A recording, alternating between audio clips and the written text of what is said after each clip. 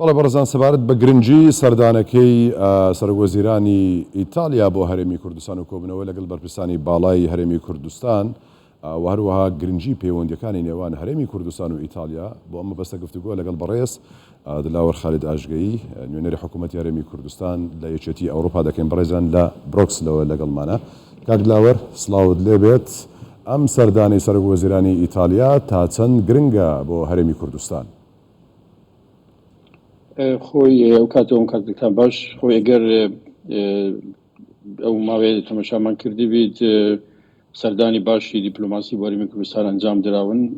چەند هەفتە لەمەوبەر سەرۆکی هەنگارە سەردانی هەرێمی کوردستانی کرد ئێستا سەرۆکوەزیرانی ئیتالیا و ئەمە هەموو دەرخەری ئەوەیە کە هەرێمی کوردستان لە پێگەیشی گرنگدا لەو ناوچەیەدا و ئەو وڵاتانەی بەتایبەتی یەکێتی ئەوروپا بەلایەنەوە زۆر گرنگە پەیوەندیانە بەهێزکردنی ئیتالیا جێگە لە وڵاتە گرنگانی یەکێتی ئەوروپایە کە کاریگەری زۆری هەیە لەسەر سیاسەتی هەم ناو هەم دەرەوەی یەکێتی ئەوروپا هەم ئەم لەلایەک لاشی تر ئیتالیا لە ڕووی جوغرافیەوە لە هەرێمی کوردستان نزیکە و کاریگەری لەسەر هەرێمی کوردستان هەیە. ئەو ڕووداوانەی کە لە هەرێمی کوردستان لە ڕووی ئەمنی ئاسایش لە ڕووی سەقامگیری بەشێوەیەکی ڕاستەخۆ ناڕاست و کاریگەران لەسەر ئیتالیا دەبێت هەر بۆی ژاوان زۆر لە نزیکەوە بەشدارن لە پاراستنی ئاسایشی هەرێمی کوردستان بە ناردنی ڕاوشکاری سەربازوو لە کاتی شەڕی داعش و بەشێکی زۆر لە وڵاتانی ئەندام لە یەکێتی ئەوروپا. ئەمە بۆ هەرێمی کوردستان زۆر گرنگە. هەرێمی کوردستان لە ڕووی دیپلۆماسیەوە سوودی زۆری لێوەردەگرێت. جگە لەوە لە ڕووی سیاسی ئەمە پەیوەندی هەرێمی کوردستان لەگەڵ دنیای دەرەوە بەهێزتر دەکات، متمانە دروستەکات لە نێوان وڵاتان کە لەگەڵ هەرێمی کوردستان پەیوەندی بەهێز دروستکەن، ئەوانی کە تا ئێستا ناتوونەتە پێش و پەیوەندیان نییە. و لە ڕووی سەقامگیریش بۆ هەرێمی کوردستان لە ڕووی قاواری هەرێمی کوردستان ئەمە بەهێزکردنی قاواری هەرێمی کوردستان لە ڕووی سیاسی و پاڵپشتێکی سیاسی و معنەوی بۆ هەرێمی کوردستان. جگە لەوەی کە ئەو پرۆژانی هەرێمی کوردستان ئەو سیاسەتی هەرێمی کوردستان داڕشتون بۆ ئەوەی هاوکاری خەڵکی کوردستان بکەن، حکوومەت هەرێمی کوردستان بکەن لە ڕووی پەرەپێدانی ئابووری، پەرەپێدانی کشت و کاڵ و ئەو بارانەی تر هەرێمی کوردستان ئێستا لە ئەولەتی کارەکانی خۆی داناون. ئەمە پاڵپشتێکیش دەبێ لە نێوان کۆمپانیەکانی هەرێمی کوردستان و حکوومەت هەرێمی کوردستان لەگەڵ دنیای دەرەوە بەتایبەتی لەگەڵ وڵاتانی ئەندام لە یەکێتی ئەوروپا. بەڵێ سەرۆکوەزیرانی ئیتالیا بەر لەوەی بگەڕێتەوە کۆمەڵێک بەڵێنیدا، بەڵێنەکان هەم ئابووری بوون هەم ئەمنی بوون، بەشێکیانەوە بوو کە باست کرد. بۆچی هەرێمی کوردستان هەڵدەبژێرێت؟ ینی ئەم بەڵێنانە دەدات و دەڵێ بەنیازی دیدار دەمەوێت بێمەوە جارێکی دیکە بتان بینمەوە و ئەم بەڵێنانی لێرە جێبەجێ بکات. ئەمە بۆچی هەرێمی کوردستانی هەڵبژاردووە؟ حتما سەردانی سەرۆکوەزیرانی وڵاتێکی گرنگی ئەوروپا بۆ هەرێمی کوردستان بە دراسەیەکی ورد و قۆڵ و ماوەکی باش ئەنجام دراوە و ئامانجی تایبەتی خۆی هەیە و مەبەستەکە تێنە سەردانێکی کتوپڕ و گەڕانەوە نییە. حتما ئەمە بۆ ئەوەیە کە لە دوا ڕۆژ لە ئەندێشی نزیک پەری پێ بدرێ بەهێزتر بکرێ بنیاد بنێ لەو بوارانێکە بۆ هەردوو لا گرنگن لە بەرژەوەندی هەردوو لادەن بۆیە کە سەرۆکی وڵاتێکی وەکو ئیتالیا بەڵێن دەدا حتما بەڵێنەکانیشی دێنێتە دی، بەڵام بەشێکیش دەگەڕێتەوە بۆ خۆمان حکوومەت هەرێمی کوردستان و بۆ ئەو بارودۆخی کە لە ناوچەکە دەبێت لە هەرێمی کوردستان دەبێت بۆ ئەوەی هەردوو لا بتوانن کەشێک بخڵقێنن کە ئەو بەڵێنانە بەجێ بگەینن. بەڵام من گەشتبینم بۆی کە ئەم سەردانێکی باش دەبێت، سوود دەبێت و هەردوو لا دەتوانن سوودی لێوەرگرن. باشە. ئیتالیا وەکو وڵاتێکی ئەندام لە یەکێتی ئەوروپا، ینی کە دێتە ئێرە و ئەم دەستخۆشیانە لێرە دەکات، ئەمە وڵاتانی دیکەش نابێتە هەندانێک بۆ وڵاتانی دیکە کە ئەوانەی نەهاتوونەتە پێش بە هەمان شێوە وڵاتانی دیکەی یەکێتی ئەوروپا بیانەوێت بێنە هەرێمی کوردستان و لێرە با بڵێن هەموو کارەکانیان لێرە بەگەڕ بخەن و هەماهەنگ بن لەگەڵ حکوومەتی هەرێمی کوردستاندا. تا چەند کاریگەری هەیە بۆ ئەمە؟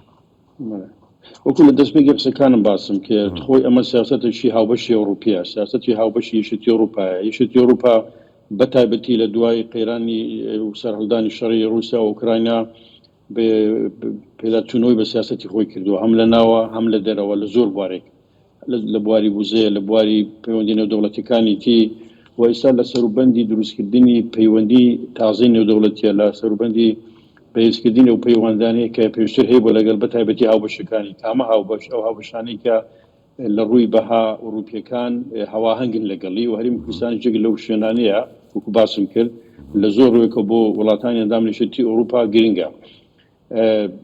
ئەگەر باز لە سەقامگیری بکەین لە شەڕی داعش بکەین لە تەرۆر بکەین ئەمە لە لایەک، بەڵام لە لایەکی تریش بابەتی وزەیە، بابەتی نەوت و غازە کە بابەتێکی یەکجار گرنگە ئێستا و یەکجار هەستیارە بۆ وڵاتانی ئەندام نیشتی ئەوروپا. سیاسەتی یەکێتی ئەوروپاوەیە کە بە دوای سەرچاوەتری وزە بگەڕێ. هەرێمی کوردستان لەڕووی جغرافی و زۆر نزیکە، کەمێکی زۆر لە نەفتی هەیە، لە غازی هەیە کە هەردوولا دەتوانن سوودی لێوەربگرن و بۆ ئەوروپا بە تایبەتی زۆر استراتیژیە لە ئێستادا و لە دوا ڕۆژیشدا، چونکە ئەمە یەک لە خاڵە هەرە سەرچەکان و ئەولێدەکانی استراتیژی تازەی یەکێتی ئەوروپایە کە پیادە دەکەن، نەک هەر لەگەڵ هەرێمی کوردستان بەڵکو لەگەڵ چەند ناوچەی جیهانیشدا. بەڵام هەرێمی کوردستان لەگەڵ شوێنانەی کە متمانەی دروست کردووە لەگەڵ ئەو وڵاتانە بە تایبەتی ئەوە لەبیر نەکەین کە یەکێتی ئەوروپا بڕیاری داوە کە لەمە دووە لە کاتی دروستکردنی پەیوەندیەکانی و لە کات دروستکردنی پەیوەندی ئابووری چ لە بواری بازرگانی بێت چ وزە بێت لەگەڵ ئەو شوێنانە بکە کە لە ڕووی بەهای ئەوروپی لە ڕووی بەهای ئەوروپیەکان وەکو دیموکراسی، وەکو ئاشتی، وەکو دانپێنان و بە مافی کەمینەکان وەکو ئەوروپیەکان بیر بکەن. و هەرێمی کوردستانیش خۆتان دەزانن ئەمە چەند ساڵێکە ئەو سیاسەتی پێڕەو کردووە بە جێگای متمانەی ئەو هاوبەشە ئەوروپیانەیە. بەڵێ کاک دلاوەر، با ئەمە دواپرسیار بێت کە لە بەڕستانی دەکەم، ینی ئەم پەرۆشەیە وڵاتانە هەن کە دێنە هەرێمی کوردستان، لە بەرامبەردا هەرێمی کوردستان چۆن هەڵسوکەوت لەگەڵ ئەم پەرۆشی ئەم وڵاتانە بکات، چی بکات لە داهاتوودا بۆ پتەوکردنی پەیوەندیەکانیان؟ بۆ هەرێمی کوردستان پەیوەندی نێودەوڵەتی ڕەنگە لە زۆر شتی بواری تر گرنگتر بێت. لە ئێستادا لە مێژووش ئەمە بینومان هەروە هەرێمی کوردستان پەیوەندی بە هێزی نێودەوڵەتیە بوو بێت، توانیوێتی هەم لە ناوە لە عێراق هەم لە ناوچەکە بە شێوازتر هەڵسوکەوت بکە و بەهێزتر بێ.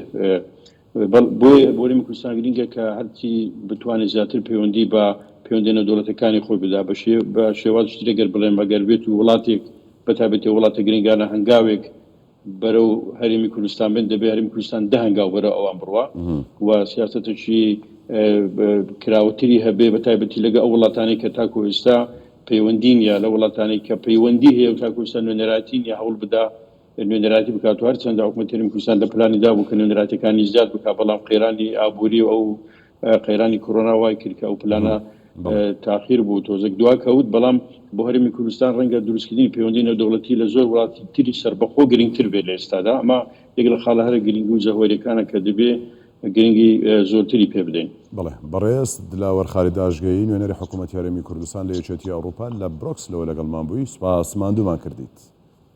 سپاس خزمەتتان.